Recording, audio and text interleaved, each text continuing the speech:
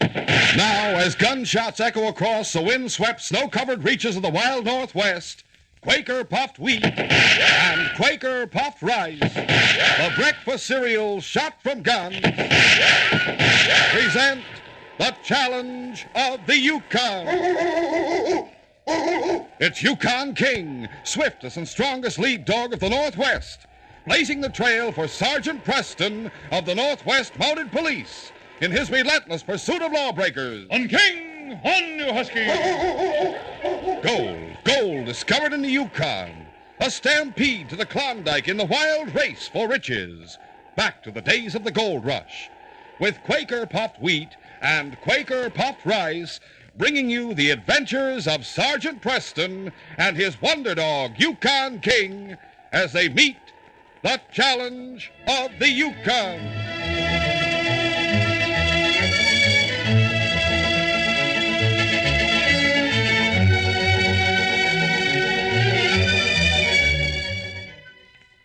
Open it up. Start pouring. More. That's fine. Yep, ask Mom to pour you out a heaping bowlful of Quaker Puffed Rice or Quaker Puffed Wheat every morning. And I mean heaping, 'cause it's so deliciously crisp and tender, so full of swell natural nut-like flavor. Just top it with milk or cream and fruit and go to it. For breakfast, you just can't beat Quaker Puffed Rice or Quaker Puffed Wheat.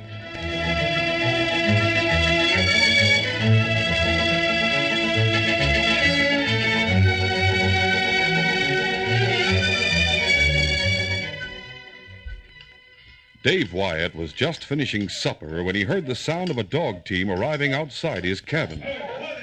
Must be Les getting back from town. A moment later, the door burst open, and his brother Les staggered into the cabin with his face haggard and wild. About time you were getting back. Hey, what's the matter with you? I'm in trouble, Dave. Trouble? What are you talking about? I just killed a man. What's that? I said I just killed a man. Who was it? Milo Perth. The old moneylender? That's right. You gotta help me, Dave. If you don't, the Mounties will get me. I'll hang for a minute. Shut up and sit down. Now, for the love of Mike, get hold of yourself. Tell me what happened. I didn't mean to kill him, I swear. I didn't. It was an accident. I said get hold of yourself. I didn't mean it. You've got to stop this hysterical babbling and tell me what happened. All right, Dave. You're right. Gotta calm down. I'll tell you the whole story. It was like this, Dave. Milo Perth was dunning me for money. You owed him money? Over $1,000. Which you borrowed to pay off more of your gambling debts, I suppose. Now, don't fly off the handle, Dave. Why couldn't you have come to me if you needed money? I was afraid to. Last time I got money from you, you said you'd never settle another gambling debt for me again. You said next time I just have to face the consequences. All right, go on with your story. I was supposed to pay Milo back 3 days ago. But I couldn't raise the money, Dave. He said if I didn't get it by tonight, he was going to make trouble. I went to his cabin tonight. I thought I could reason with him. But he got nasty. And what? Lost my temper. Grabbed him by the throat. He started to fight back, tried to pull a gun on me. So I stabbed him. You crazy fool. I know, Dave. But I didn't mean to. I lost my head. You gotta help me, Dave. Help you? That's all I've been doing ever since you were a kid, pulling you out of one scrape after another. Well, this time you've gone too far. Dave, don't say that. You can't let me down. If you don't help me, I'll hang for murder. I'll hang. Do you understand what that means? It's no more than you deserve, is it? Heaven's name, Dave, don't talk like that. Think what it would do to Mother. Yeah. It's just what I am thinking. You were always her pet, her favorite. She spent more time worrying over you than she did over all the rest of us. I'm weak, Dave, I admit it. That's why she told you to look out for me up here in the Yukon. If I were to hang for murder, the shock would kill her. You gotta save me, Dave. All right, I'll stand by you. What is it you want me to do? Go back to Milo Perth's cabin. Go back to his cabin? What for? To get the knife I stabbed him with. Why is that so important? It was your knife, Dave. My knife? That's right. The one with your name carved on the handle. You dirty I underhanded... didn't do it on purpose, Dave. I just happened to grab it before I went to town. I thought maybe I could throw a scare into the old miser. Why didn't you take the knife with you when you left? I tell you, I lost my head. I went all to pieces. I had to get away from there fast. That's all I could think of. All right, never mind the excuses. Dave, There's something else you've got to get at the cabin. What is it? The paper he made me sign when I borrowed the money from him. It tells when the money's due. If the police got hold of that and found out I didn't pay him back on time, they're bound to suspect me. He probably keeps it in a safe. No, he has no safe.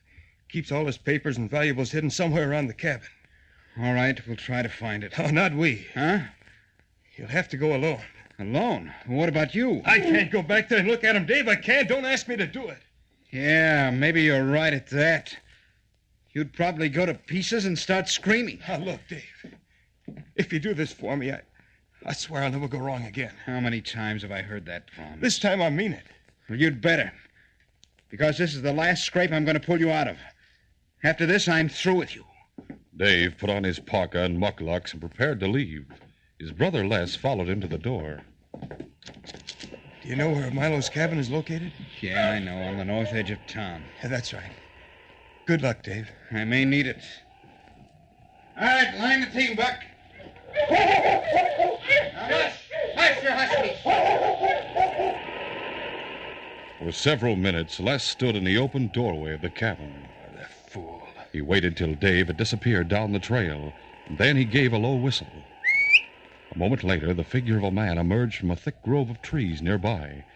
As he approached the cabin, the light from the open doorway revealed his bearded, shifty-looking face. His name was Ben Scobie. Well, how'd you make out, Les? I put on my act, and he fell for it. Hook, line, and sinker. By thunder, I got to hand it to you. You were taking a mighty big chance. I wasn't taking any chance at all, Ben. I knew he wouldn't be able to resist that sob stuff about Mother. So he fell right into your trap. That's right. All right, you know what to do next. Sure. I'll hightail it back to town, pass the word to the Mounties. Right.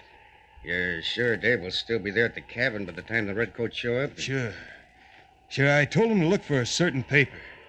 Paper happens to be right here in my pocket, but he doesn't know it. He'll be busy there for quite a while. He's as good as convicted right now. And when he's out of the way, I'll take over this claim of his. And that's not all. Huh? What do you mean? Maybe that gal that's so sweet on Dave will be willing to marry you after he hangs for murder, huh? Never mind that. You're getting paid for your part in the deal, and that's all that concerns you. Sure, I'm not complaining. All right, then.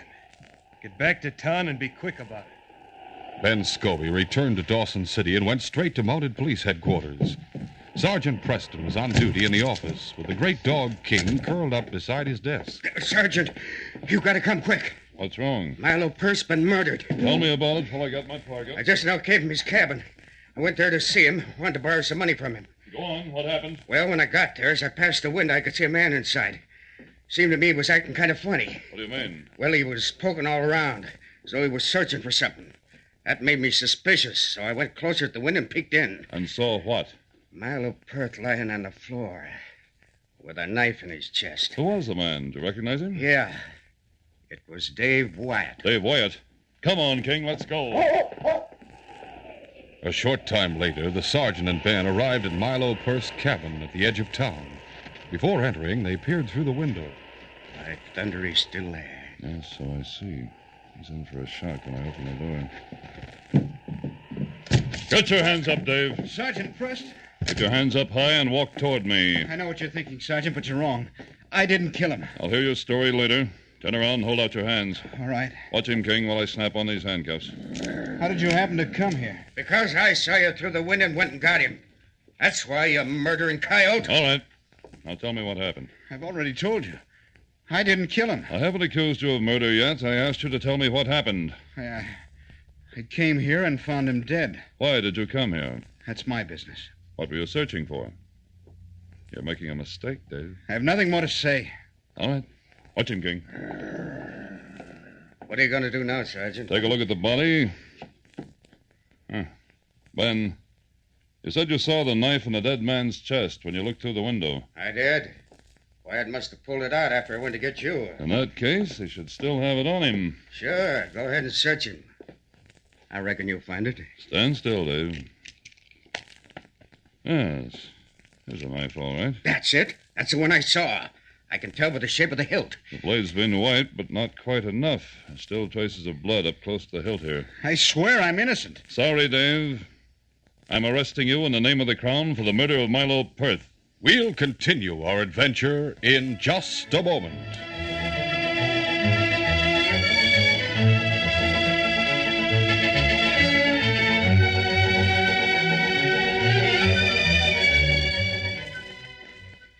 Say, fellas and girls, if you could climb the Klondike Mountain that's up there along the Yukon Trail that Sergeant Preston travels, it would be fun to listen to the echo of your voice. Like this.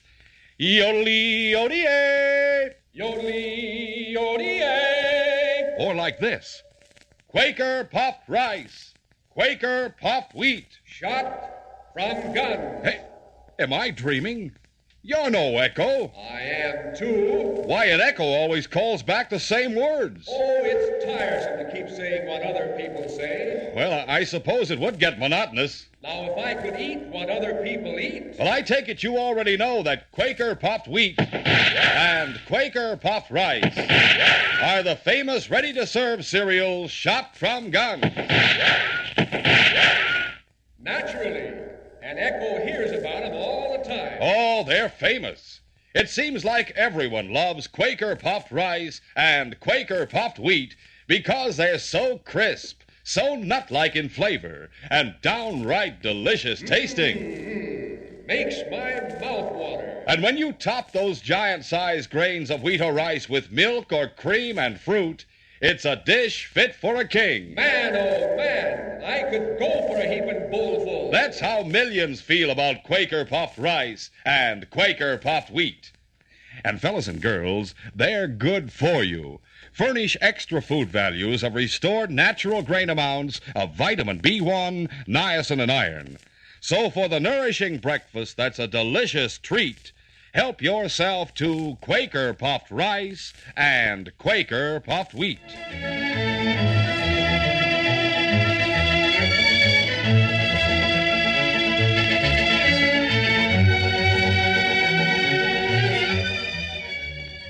Now to continue.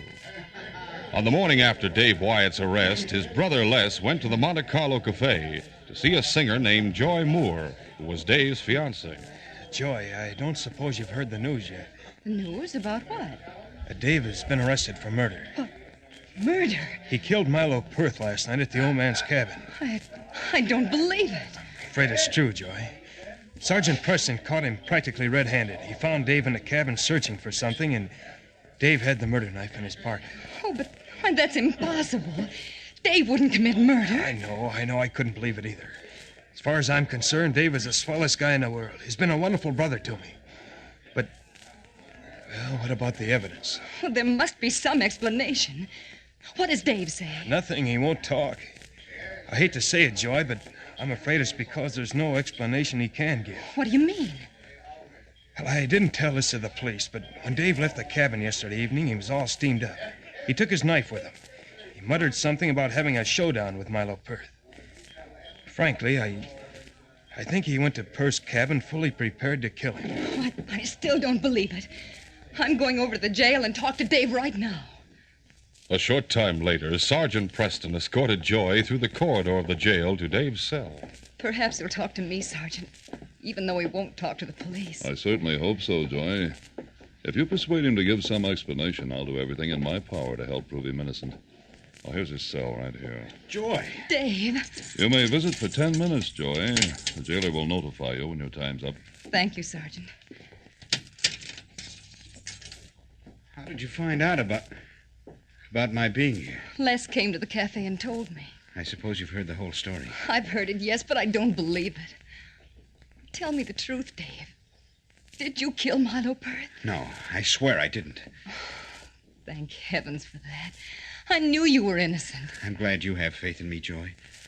Unfortunately, the Mounties aren't quite so trustful. Well, then why don't you tell them what you were doing at the cabin? If you'd only give them the true explanation, perhaps they could catch the real murderer. No, I can't explain. It's out of the question. Oh, but that's insane, Dave.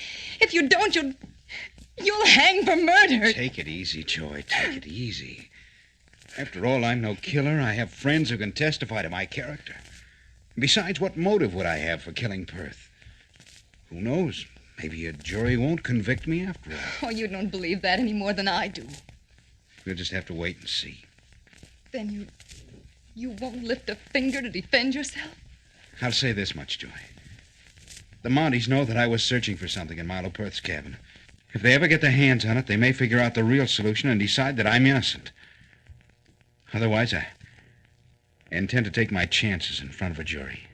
When Joy's visit with Dave was over, she went back to Mounted Police Headquarters to speak with Sergeant Preston. Did you persuade him to talk?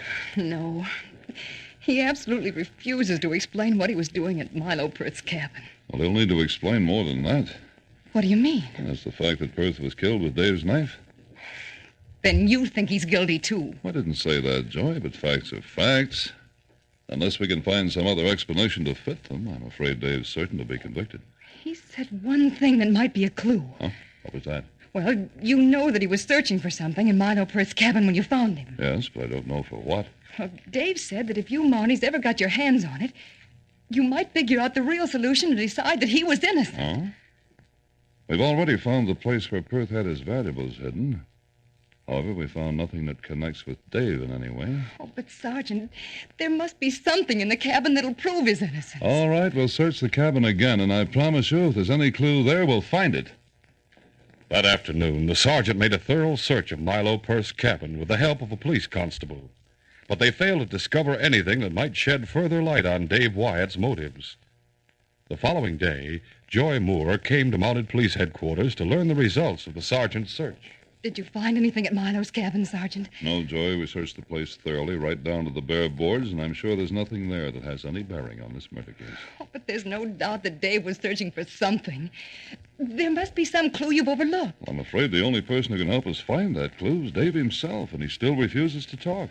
Oh, Sergeant, you've got to find out the truth. You can't let an innocent man hang. I have a plan that might help us discover whether or not Dave's guilty, though, frankly, I'm not at all sure it'll work. Oh, please, tell me what it is. Well, as long as Dave's behind bars, it's not likely we'll learn any more than we know right now. But if he were to escape from jail... Escape? That's right. If he were to escape from jail, his actions might provide a clue. Why, you mean you might let Dave escape on purpose? Now, here's what I have in mind. Suppose you were to go to Dave...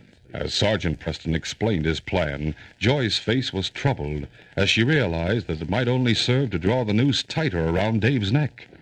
But she also realized that it offered the only hope of proving his innocence. Finally, she agreed to play the part which the sergeant had assigned her.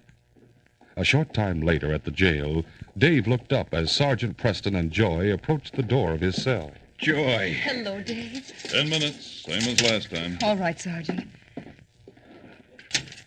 Gosh, it's nice of you to come and see me again, honey, but... Oh, what's the matter? Oh, listen, Dave. For the last time, won't you please talk to the police and tell them what's behind all this? I've already told you that's out of the question. All right, then. If you won't try to clear yourself, at least save your life. What do you mean? Here, take this. What? Gun? Shh. Shove it under your mattress, quick. All right. What's the idea? What do you suppose? You want me to break jail? I don't want you to hang. If I do gun my way out of The here... gun isn't loaded. You can just bluff the jailer. Even so, if I break jail, it'll be taken as an admission of guilt. It'll ruin any chance I have of convincing a jury that I'm innocent. Don't you realize you have no chance of doing that, Dave? You should read the newspapers. It's taken for granted that you're guilty. If your case ever comes to trial, you're certain to be convicted. Maybe I'm wrong, but I don't think Sergeant Preston really believes I'm guilty. Well, he didn't at first. He was reserving judgment until he found whatever you were searching for at the cabin. Well? Yesterday, he and a constable ransacked Milo's cabin. They went through his papers and everything else. And, Dave, they found absolutely nothing that might offer some other explanation of the murder. So, well, now he's convinced you're guilty. You're sure of that? Positive. Escaping from here is the only way you can save yourself.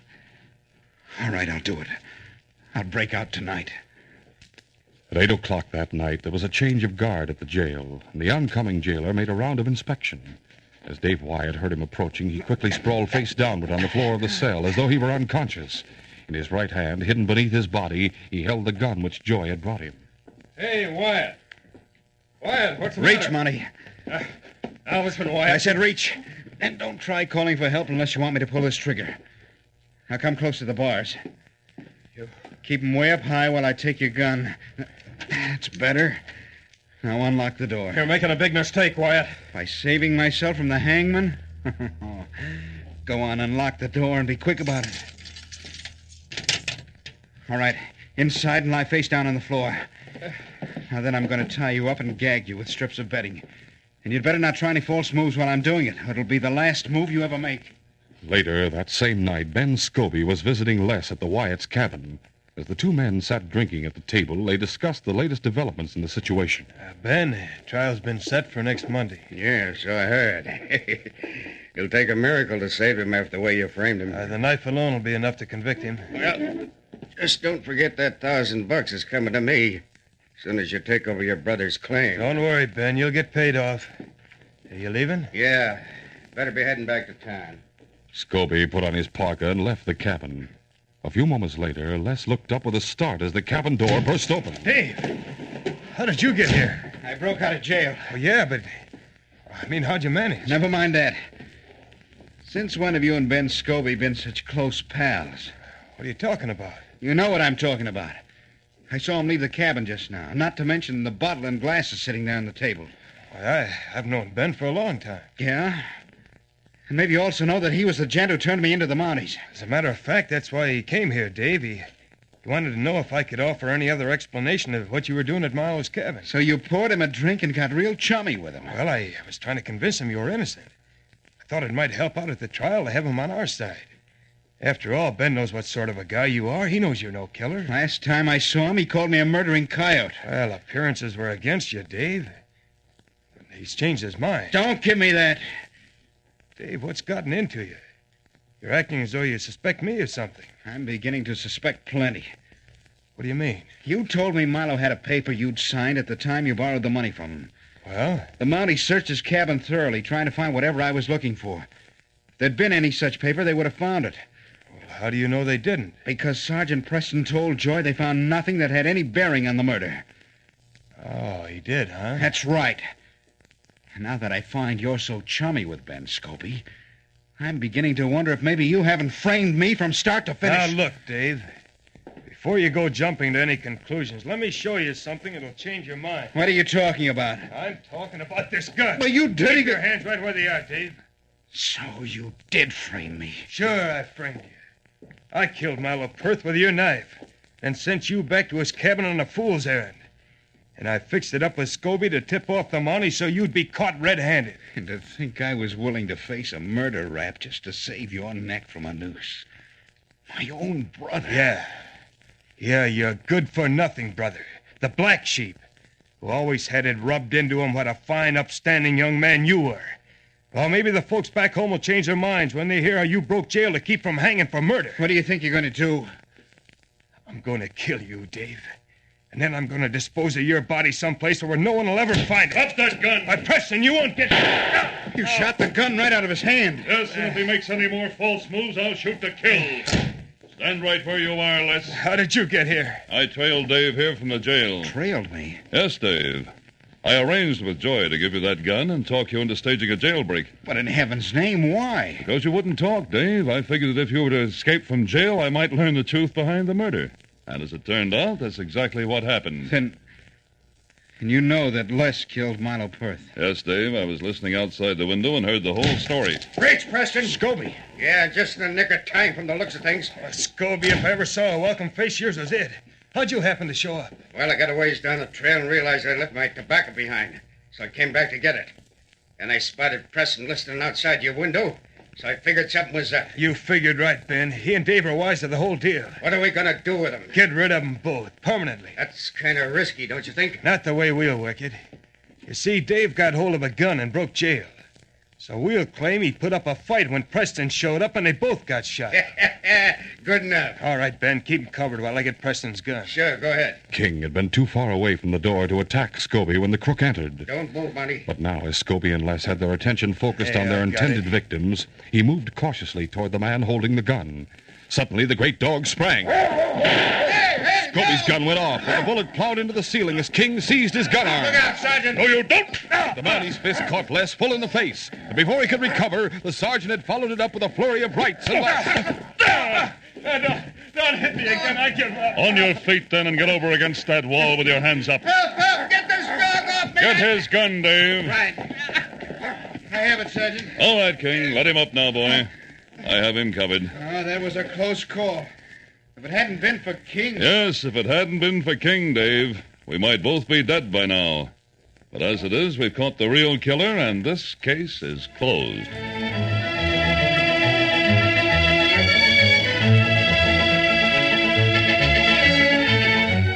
In just a moment, we'll give you a preview of Monday's adventure, The Wrong Map. V-A-L-U-E.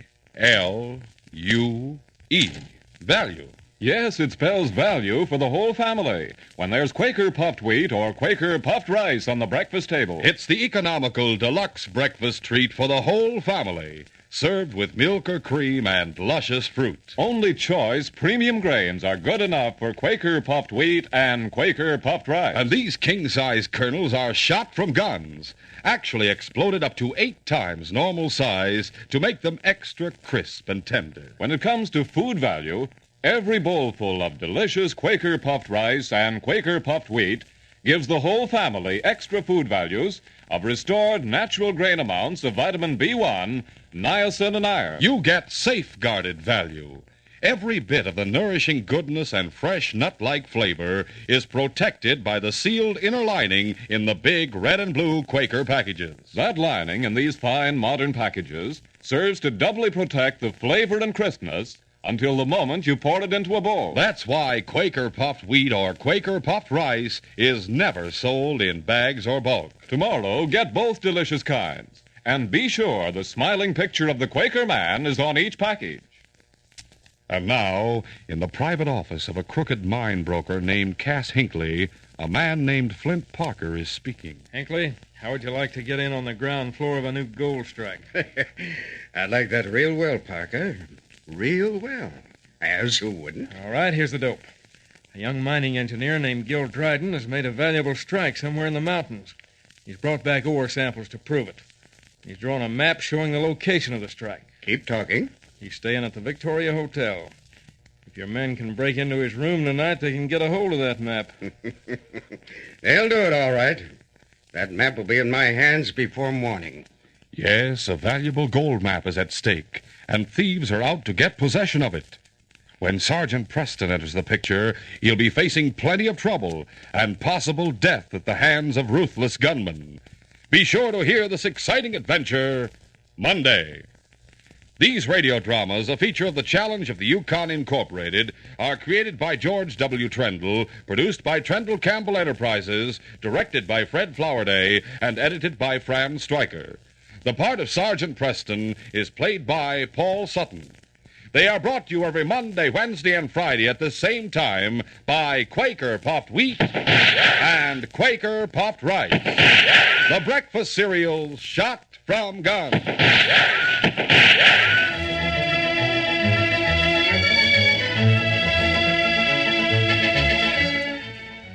For a delicious hot breakfast, eat Quaker Oats. The giant of the cereals is Quaker Oats. Delicious, nutritious, makes you feel ambitious. The giant of the cereals is Quaker Oats. Say, boys and girls, do you want to be a star someday in sports and activities? Then start on good Quaker Oats breakfast tomorrow. 'Cause nourishing oatmeal gives you more growth and endurance than any other whole grain cereal. Remember, Quaker and Mother's Oats are the same.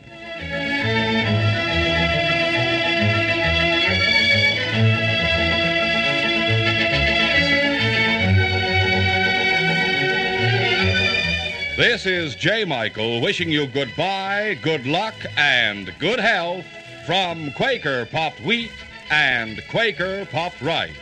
So long. This is the Mutual Broadcasting System.